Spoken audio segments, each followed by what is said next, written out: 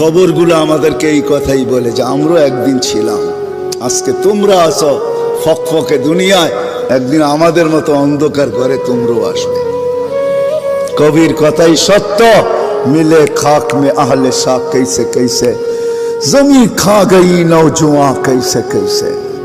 কত বাদশাহী তো মাটির নিচে শেষ হয়ে গেল, কত জমিনই তো কত যুবককে অস্তিত্বহীন করে দিল।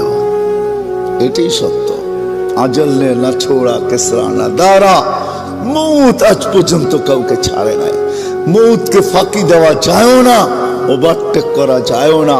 কোরআন এটাই বুঝায় ইউদরিকাল মৌত, মৌত তোমাকে ধরবেই ধরবে। সীমারেখা আসতে দাও, থাবা আসতে দেরি হবে না। ভাগবে তো ভাগবে কোথায়, আইনাল মাফার। কোরআন বুঝাইতেছে তুমি কোথায় ভাগবে, তো আল্লাহ আবার বুঝাইতেছে যেখানেই ভাগবে ইল্লা বিসুলতান, আমার রাজত্বের বাহিরে তোমার যাওয়ার ক্ষমতা নাই। যদিও নাকি পালাও তুমি আকাশেতে লাগিয়ে সিঁড়ি, সিঁড়ি লাগায় আকাশে চলে গেলেও লাভ হবে না, কারণ আল্লাহ নিজেই বলতেছে আনা মা কুম আইনা মা কুনতুম, তোমরা যেখানে যাবে ওইখানে আমি তোমার সাথে হব। আমি যদি জিজ্ঞাসা করি আল্লাহ কতটুকু দূরত্ব থাকবে আপনার আর আমার, তো আল্লাহ কোরআনে জানায় দিতেছেন আকরাবু মিন হাবলিল ওয়ারিদ, তোর সা রগের চেয়েও আমি কাছে থাইকা তোর সঙ্গে থাকবো। আমাকে পৃথক করতে পারবি না, চলে যেতে হবে।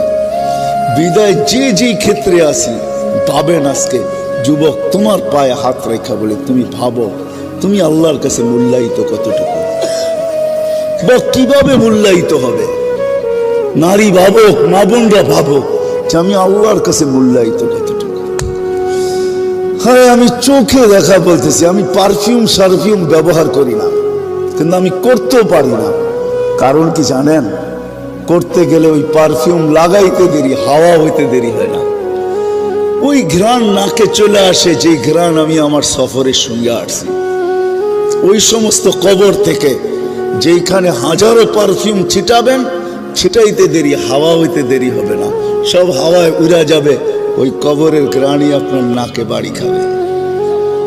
হ্যাঁ, কসম খোদার, আমি অ্যাড্রেস দিয়ে দিতেছি।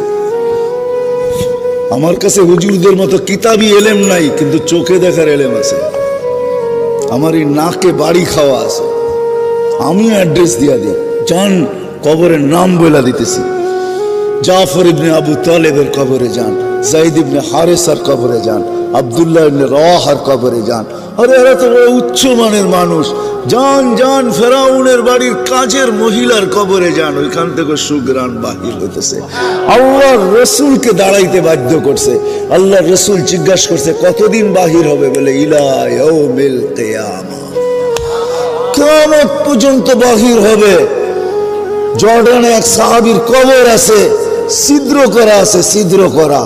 যে যায় সেই ছিদ্রের ভিতরে নাক লাগায়, যখন নাক লাগায় বাহির হয়ে আসে, আমার বিশ্বাস কিয়ামত পর্যন্ত আর কোনো পারফিউম আর সুগ্রাণ ওর নাকে সুগ্রাণ মনে হবে না, কেন আমিও দিয়ে আসছি ওইখানে নাক। হ্যাঁ, পাগল বানায় ফেলায় ওই সুগ্রাণ। শুধু শুধু আল্লাহ রসুল বলেন না ইন্নী আজিদুল্লাহ রিহা জান্নাহ ইয়া জিবরিল হা হুনা, জিবরিল এইখান থেকে জান্নাতের সুগ্রাণ পাইতেছি। বলছে এটা সুগ্রাণ না, এটা ফেরাউনের বাড়ির কাজের মহিলার কবর থেকে বাহির আছে।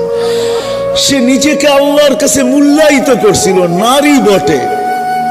কোরবানি তাকে অনেক দিতে হয়েছে, ত্যাগ অনেক স্বীকার করতে হয়েছে। তাহলে মা নিজের চোখের সামনে দেখতেছে দুধের শিশু মেয়ে জ্বলন্ত জ্বলতেছে।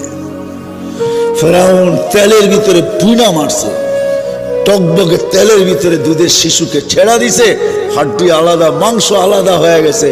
আর মা দাঁড়ায় দাঁড়ায় দেখতেছিল, চোখে পানি ঝরতেছিল, উপরের দিকে বারবার তাকাইতেছিল, হাতগুলা মাঝে মাঝে উপরে উঠতেছিল। ফেরাউনের সামনে কিছু করার ক্ষমতা তার ছিল না, রাজত্ব তো তারই ছিল।